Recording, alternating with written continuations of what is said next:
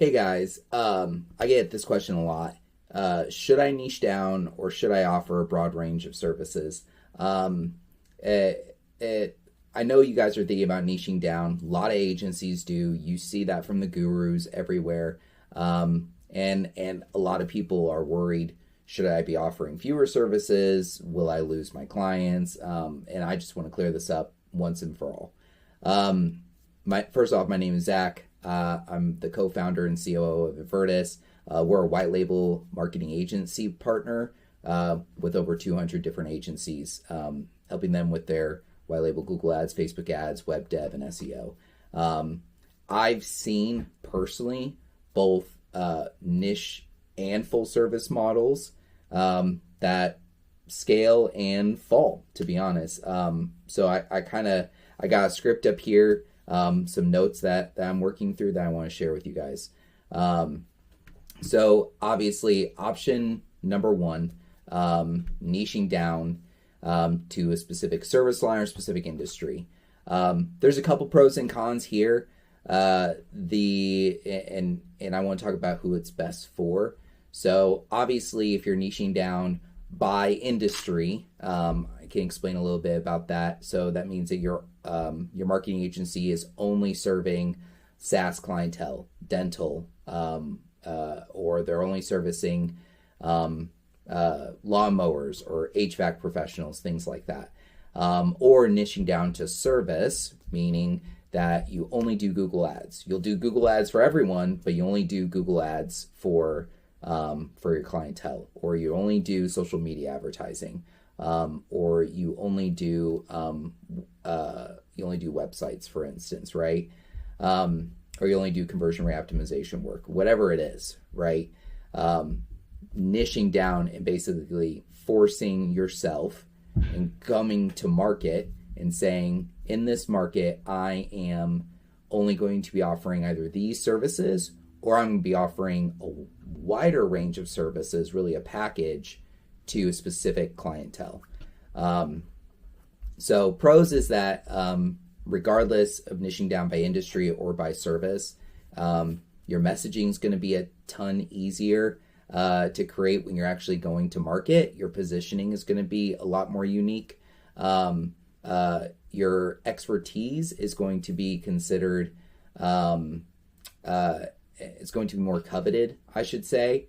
When people hear that you are the go-to person for creating leads via advertising for HVAC professionals, you will be seen as an expert in that industry because that's all you're doing all day long. That's your clientele.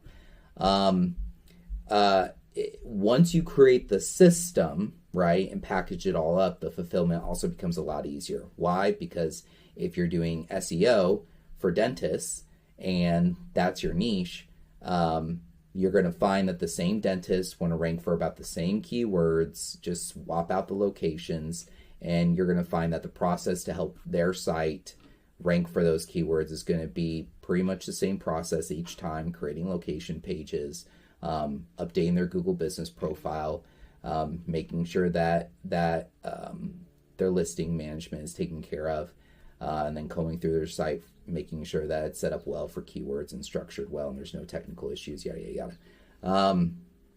yada. That does make for smoother fulfillment because there's a dedicated process that really, once you create it for the first time, for the first SEO dentist, then it's going to be pretty much the same from then on out, which is great, which is awesome. The cons are that your total acquirable market or your TAM is a lot less.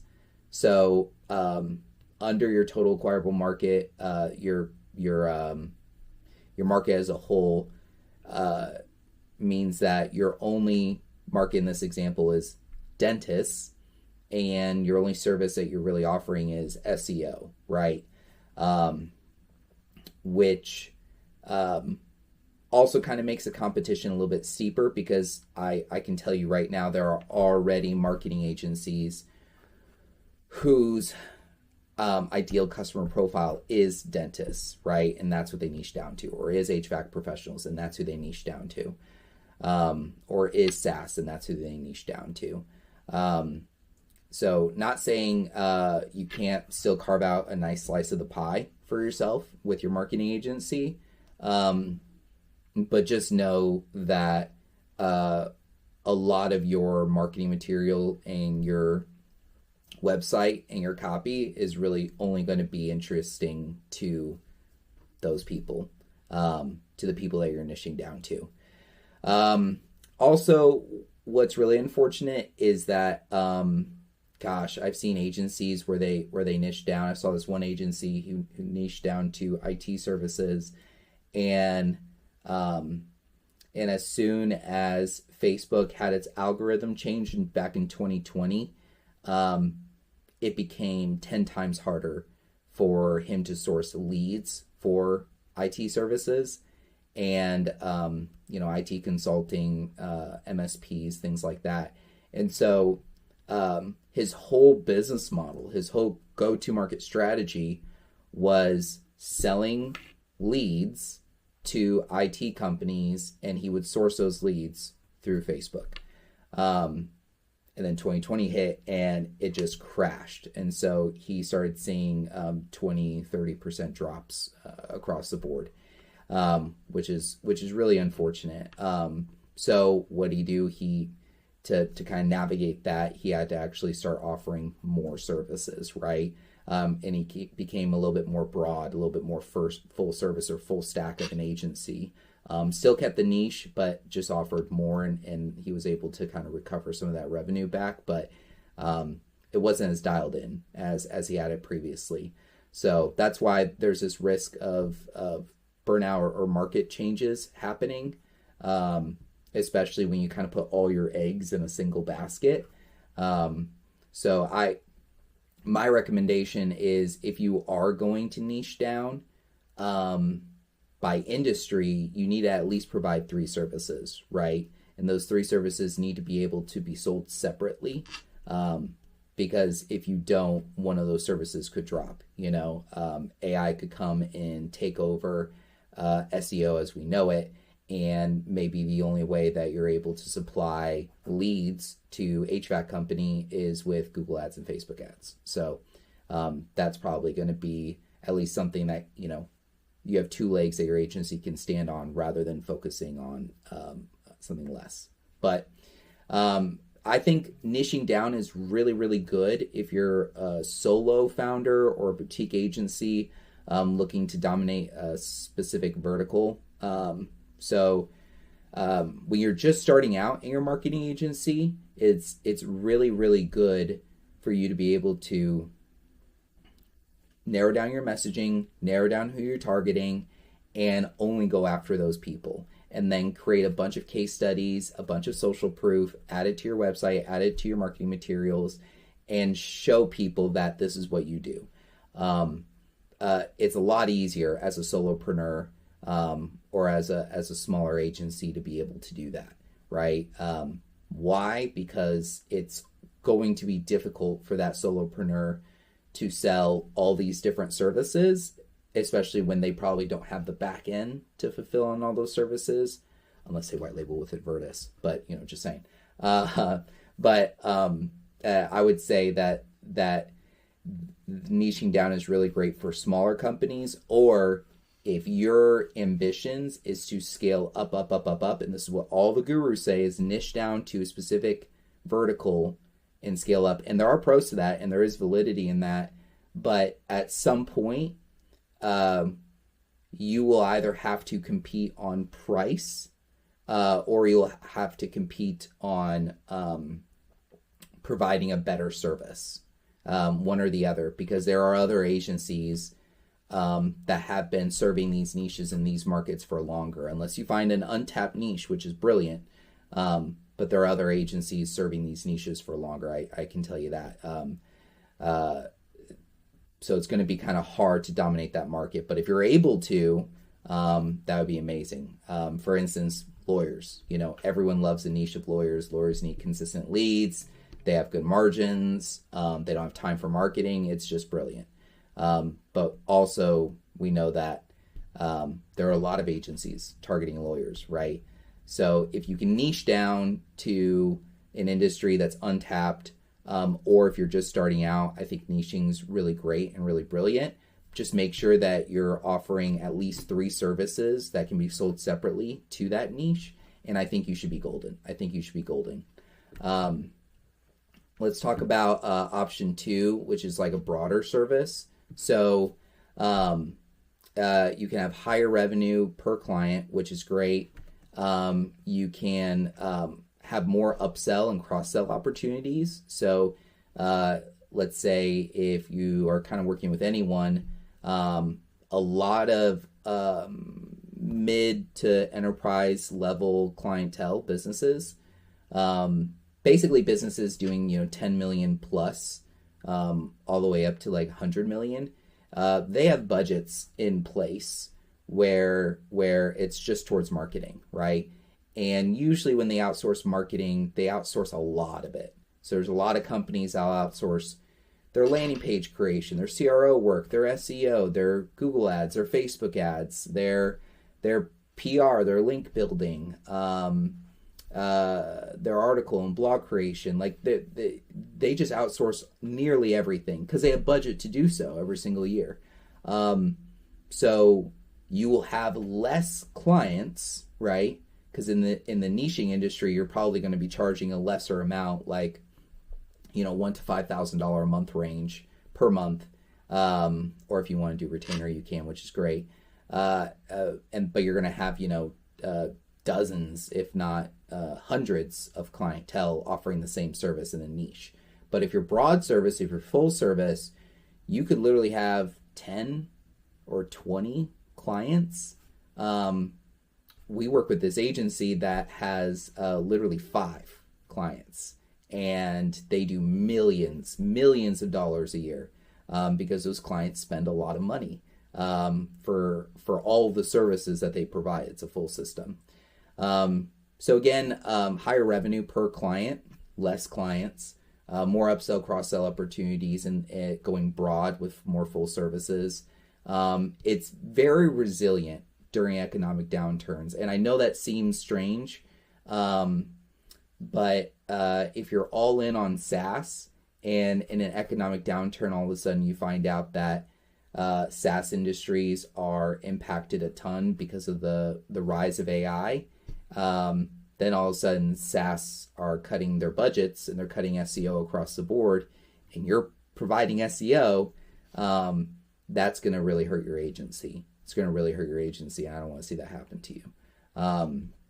So that's why it's kind of good to diversify, right? Whereas if you're full service and you have a handful of clientele, but they already have that marketing budget carved out, and even if an economic downturn occurs, they're usually just discounting your services by 1 or 2, but you still have them as a client. Like, they still don't want to lose you because they're so dependent upon you as a marketing agency. That's, in my opinion, that's a sweet spot. If you can be a marketing agency and you can be so be such an irreplaceable part of your clientele's team, where, oh, I need to change something on the website. Well, I don't know how to do that. Let's reach out to this marketing agency partner and we'll work with them. That is what you need as an agency owner. The cons is that it is a pain to manage. Managing email marketing and social media, organic growth and SEO and Google ads and Facebook ads and landing pages and website. It's a pain to manage all that. You're going to need a team to be able to manage all that. You're going to need people you can trust. You're going to need the people on your team, honestly, are going to need to be okay with stretching their boundaries and their limitations and doing kind of what needs to be done for the client. Also, it can kind of dilute your brand a little bit. You start to become just kind of like every other marketing agency. So it's harder to say, I am the knowledge expert in the dental industry, and I can get any dentist to page one. I know it's not pages, to position one of Google. But when you're going broad or more full service, instead of being that going to market, you are the trusted agency partner for a handful of decent sized businesses, right? And those businesses are more than willing to work with you as a full stack agency, because then you're just a one-stop shop. They just go to you. If they have any questions about marketing or thoughts on their brand, they just go to you. This is why we see the rise in fractional CMOs. That'll be a different video. This is why we see a rise in fractional work across the board. This is why we see a rise in so many of these mid-market businesses choosing to not really hire in-house for marketing, because to be honest, they don't know how to train a person to run their email marketing and get it set up. They don't know how to train somebody to run Google ads and keep them accountable. But when they're outsourced and they're using a marketing agency, these larger size clientele, they are happy to work with a brand that understands them deeply, but then also can just be held accountable to just the results, right? Rather than somebody else on their payroll. But again, one of the best ways to be able to handle or become a full stack agency, or if you want to niche down for and be a full stack agency, and do it for a specific niche, you can have a team like Advertis. Again, we're a white label marketing agency, shameless plug, and we offer service fulfillment for your clients' brands under your behalf, completely white labeled. We're really a silent extension of your team. So we believe that we want to serve marketing agencies well, because when they win, we win. And we believe that there's more than enough in the pie to go around. So you can niche down, just know the cons, know where you're at in your agency. Are you at the beginning? Are you scaling up to like even larger numbers and you feel like you need to niche down to kind of hit that next mark? But I would confidently say that if you are already past 7 figures and you have really just niched down and really just focused on like a handful, like just like one service line or 2 service lines and really focusing on one niche, I would strongly encourage you to broaden out your services, because that's going to be additional revenue. It's going to be so easy to cross-sell and upsell, to go to one of your clients and say, hey, you've trusted me this long with SEO, Mr. Dennis, but I want to start bringing you leads through Meta advertising, TikTok advertising, Google ads, and odds are you will probably have a 30 to 50% close rate on that, just because they already trust you, they already know you, and they're willing to try it out.